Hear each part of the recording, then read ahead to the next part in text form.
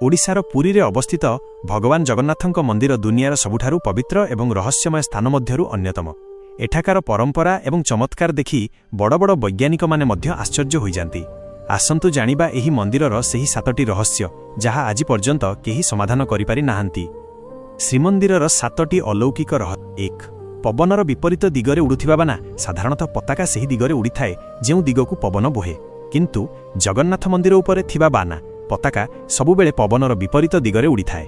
यह आज मध्य एक बड़ रहस्य होई रहिछि। 2 सुदर्शन चक्रर जादू।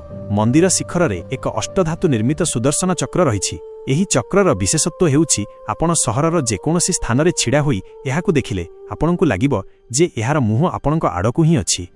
3 मंदिर उपर देई पक्षी उडंती नाही। समग्र विश्व रे एहा एकमात्र मंदिर बोली कुहा जाय जार उपर देई केबे कोनोसी पक्षी उडंती नाही किंबा कोनोसी उड़ाजहाज बा हेलिकॉप्टर एहा उपर देई गति करि न थाए।